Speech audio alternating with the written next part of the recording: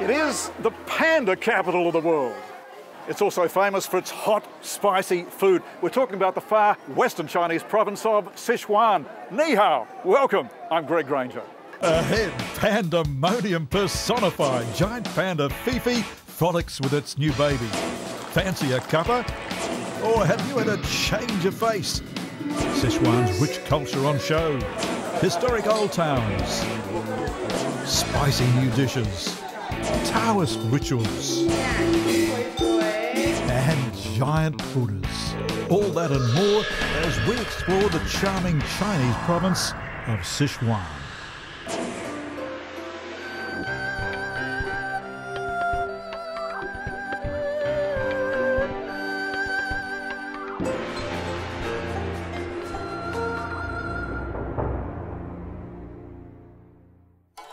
One of the first things that strikes you about Sichuan is how much the locals love to socialise. Visit the People's Park in the capital city of Chengdu and you'll be entertained by formal dancers and Tai Chi practitioners. It's a park brimming with life, but the major passion here is tea. Sharing a cuppa with friends and family is a regular ritual, and if you're lucky, you'll be entertained by a tea pouring artist. Today, I'm joining some Chengdu locals to learn more about their home and customs. So how lovely, a typical Sichuan tea party. It's a good way to do business in Chengdu. Yes, I think so. And got a very good business environment. This teacup has a special significance with its design.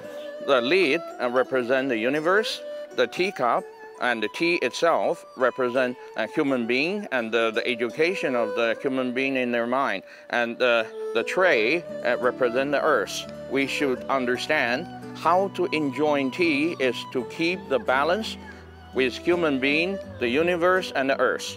You're enjoying the tranquility here? If you feel stressful, you come to here, have a tea party and enjoy the sunshine and the beautiful afternoon. It's all good. Food is so special here too, Lee? Chengdu is famous for its cuisine, you know.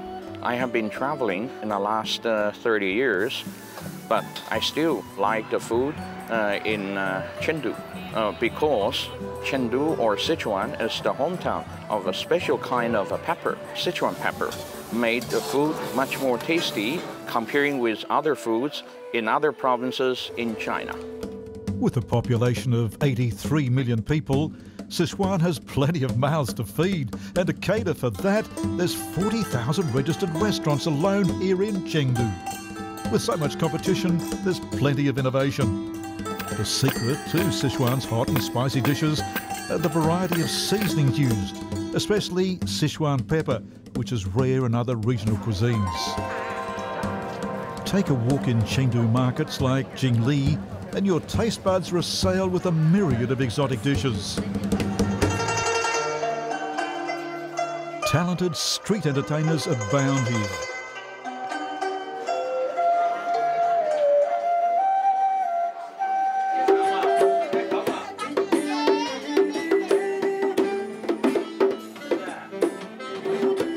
It's here too that you'll find weavers, with Sichuan famous for its luxurious satins and brocades. With such a big population, Sichuan is more populous than most countries, and it's developed a strong culture and cuisine to prove just how rich and diverse a society it is. From Chengdu, we're moving on to an equally historic Chinese town, Dujianyan, built around an even more famous river. The world's oldest irrigation system, diverting the Minjiang River 256 years BC.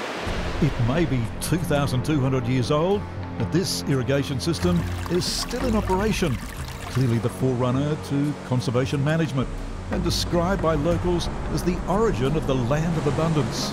Reenactments of the irrigation's construction demonstrate what a superhuman effort this was, in an age where earth-moving machinery was non-existent. It indeed was an incredible feat of engineering, and it's still in operation today, irrigating vast areas of farmland, draining floodwaters, and providing water for more than 50 cities. Local guide Emily Poo is very mindful of the critical role that water plays in this region. Zhang used to be called the watering counties. It is famous for the water, for the rivers. History can date back to, say, 2,000 years ago. It is named after the Zhang Water Conservancy Project. It is a very famous irrigation project in the world. So we're seeing the village here that we're walking through now. This town itself is as old as the irrigation systems. It dates back 2,000 years. It used to be a distributing center for, say, merchants. Talking about merchants, we're seeing a lot of merchants still practicing here in the old Asian town. There is a lot of, say, different the ethnic groups, merchants selling goods here. Yeah, a lot of the city people come here to spend their weekend, and also people from all over the world to come here to see our irrigation project and also to see our cities. Treating us here in this tea house to this performance by, is this a Tai Chi dance? It's Tai Chi dance. You can see it's a very beautiful move. It just looks like the waters. It's very fluent. It's originated from the Tai Chi martial art, then made this dance. It's a very beautiful dance.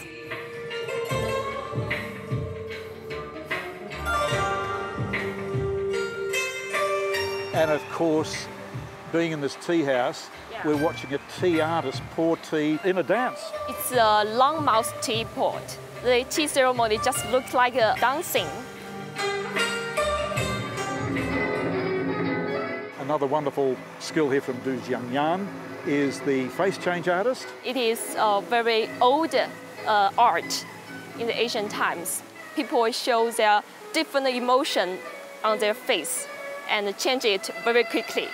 It's fantastic. What is it that makes this place so special for you? After I graduated from the college, I came here.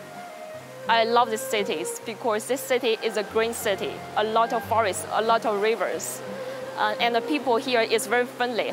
So I live here and enjoy the atmosphere.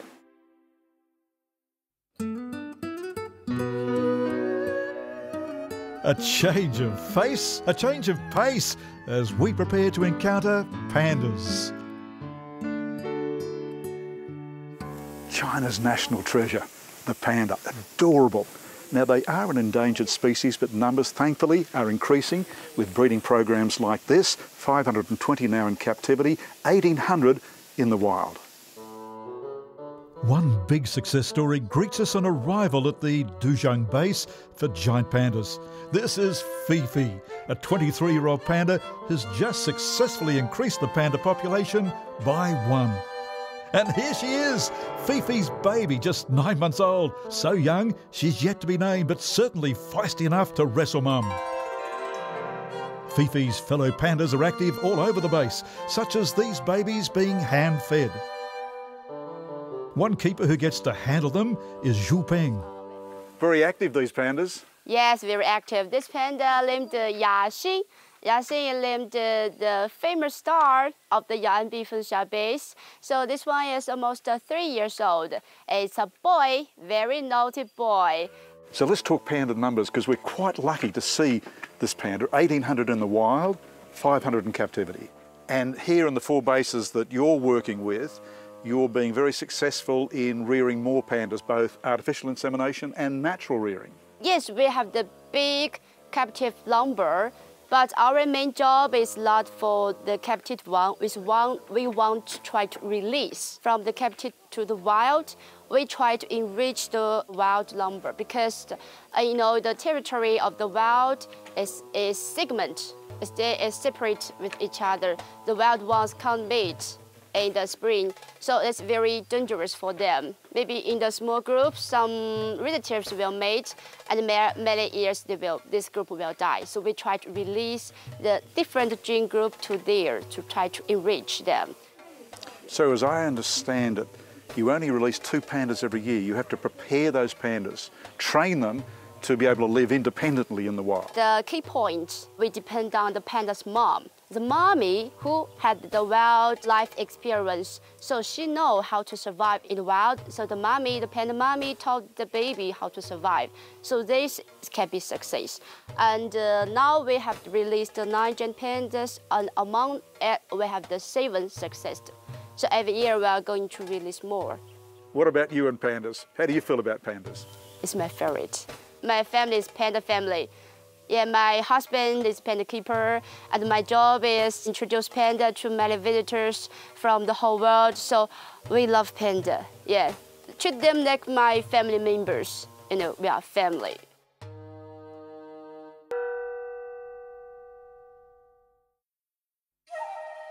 The forested mountains that border Duzhangyan are not only a perfect habitat for pandas, they're also holy territory. We're on a pilgrimage on Mount Chongchong, one of the birthplaces of Taoism. Our goal is to reach a working temple near its summit with multiple means of getting there. Quite an adventure getting to the top of this mountain, Qingcheng Mountain, 1,000 metres up here. There's a Taoist temple. We're going to a ceremony. This is where the Taoist religion was founded. For a few yuan, mountain strongmen will carry you. But for the rest of us pilgrims, it's Shank's ponies 7,000 steps skywards. At the temple, a loud gong signals the daily service is about to start.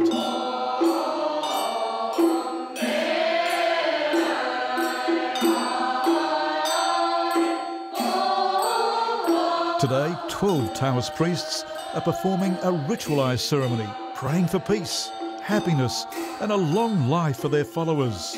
There's a special prayer for farmers, calling for good weather and good harvests. Many Chinese practice Taoist beliefs, a religious and philosophic way of life. Afterwards, the temple's high priest explains more about Taoism.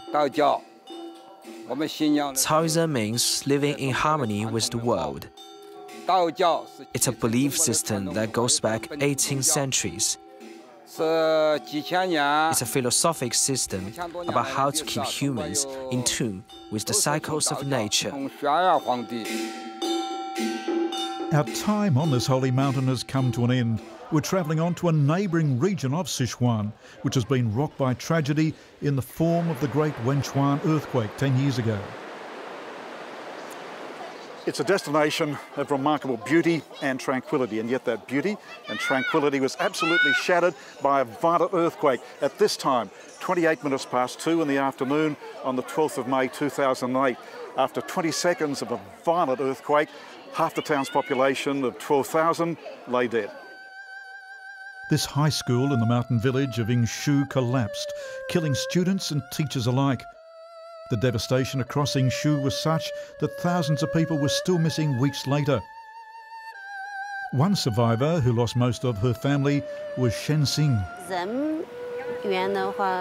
About the casualty, it was tragic. I lost 3 members of my family. Oh dear, what members were they? My daughter and her grandparents. Well, was your daughter at school? No, she was at home. And how old was she? She was 2 years old. My home was at level 1 and the whole building sank into the ground. Today, Yingshu has been rebuilt, a massive central government grant upgrading fortification, with ethnic locals dressed in their colourful clothing visible all over town to cater for the new wave of visitors. It is indeed heartening to see villages in this region of Sichuan come alive once more. The massive rebuilding program has seen entire towns once devastated rebuilt. And there's fresh hope amongst the survivors. Life has returned to normal with the spirit of Sichuan again buoyant and forward-focused. And to mark 10 years of rebuilding a new life, a young people's art contest has been launched. Art from all over the world submitted, and young people performing to mark the occasion.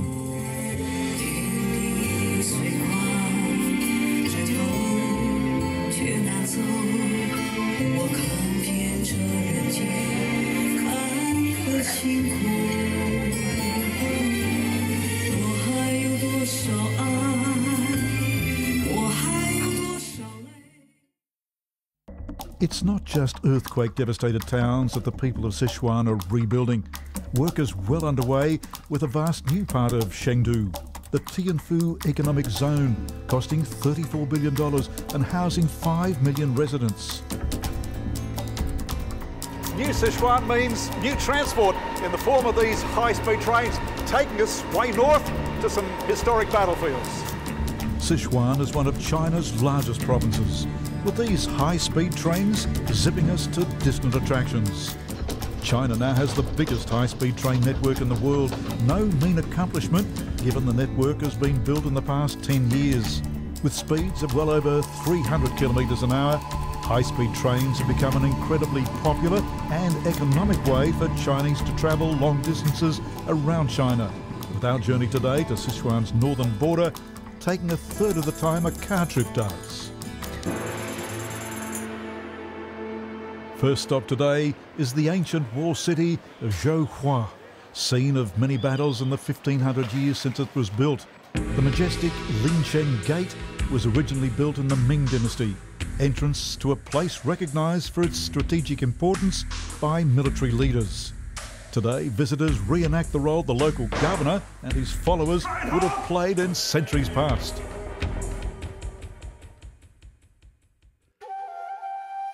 Close by is a pass so steep and narrow that for centuries this was the only way over the mountains from the north into Sichuan. We're walking through the Jinmen Pass with local Ying Liu explaining it was so hard to pass through that one soldier is said to have been able to defend it against 10,000 enemy. You see this watchtower placed in a very strategic part of the Jinmen Pass. Yes, Jinmen Pass is very famous all over the world. It exists in 3 kingdoms period, just about 220 AD. This tower destroyed multiple times. Yes, Jinmen Pass destroyed 7 times. Every time was rebuilt. The last rebuilt in 2012 after the Wenchuan earthquake. The key to this tower was that it was said that one man could defend it against thousands of troops. One soldier holds there, 10,000 soldiers cannot come in. So this was a strategic path from the north, the passage into Sichuan province. Yes, the only entrance from the north to Sichuan. More experiences in Sichuan to the south. The historic village of Liuzhang straddles the Yangtze River in a delightful picturesque valley.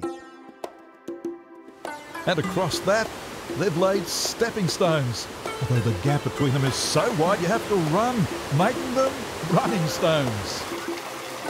They've diverted some of the river water through Liuzhang's outdoor cafes, making for a natural cooling treat. This group of ladies are playing the highly popular pastime of Mahjong, while this man demonstrates the ancient art form of calligraphy.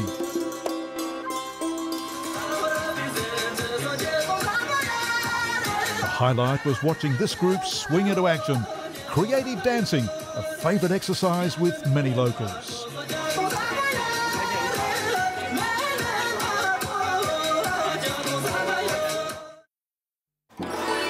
One historic building in nearby Minjiang is the Tsui Temple, famous for its artistic Su family from 1,000 years ago. One a calligrapher, one an artist, and one a poet. 大江东去，浪淘尽，千古风流人物。 This is a temple of fervent worship. Today I watch as parents pray for their children. Tomorrow marks a big school exam and these parents are praying for good results. This taste of history leads us to Luoshan, home of a skyscraper-high statue of Buddha. These are dangerous waters, angry waters, so much so that 1,300 years ago, local leaders had this giant Buddha, the largest Buddha in the world, carved into this stone face, meant to save fishermen and boatmen because thousands have lost their lives in these turbulent waters over the centuries. The churning, fast-flowing waters overlooked by Lushan's giant Buddha these days carry thousands of Chinese. I'm joined in this pilgrimage by Lushan guide Su Shen. So fascinated to know why was this giant Buddha built right here? You know that the Neshan Giant Buddha is located on the confluence of 3 rivers. In ancient times, there are so many ship accidents in the rivers. The giant Buddha is the idea of a monk. He hoped that the Buddha's presence would subdue the swift currents and pray for safety of the boatmen. The loath of the Buddha is 5.8 meters long, and the head is 10 meters long and 14 meters wide. The Buddha is looking at the Neshan city across the 3 rivers, the Minjiang River, the Daodu River, and the Qingyi River. The Neshan Giant Buddha is the tallest and biggest stone sculpture in the world of the Buddha. It's awe-inspiring to me. Some 16% of China's population of 1.4 billion people are practicing Buddhists. And they're certainly highly visible today, groups chanting and worshipping below the giant Buddha's feet. Buddhist monks praying for 3 hours at a time in the Buddhist temple at the summit. So Sissy, what's happening here? There are so many people in this place to worship the Neshan Giant Buddha and pray for safety and peace of the world.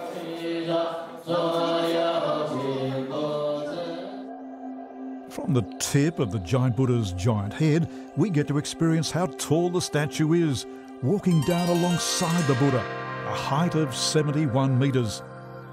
With other pilgrims, we walk down a steep, narrow path, a height that is equivalent to 40 men standing on top of one another.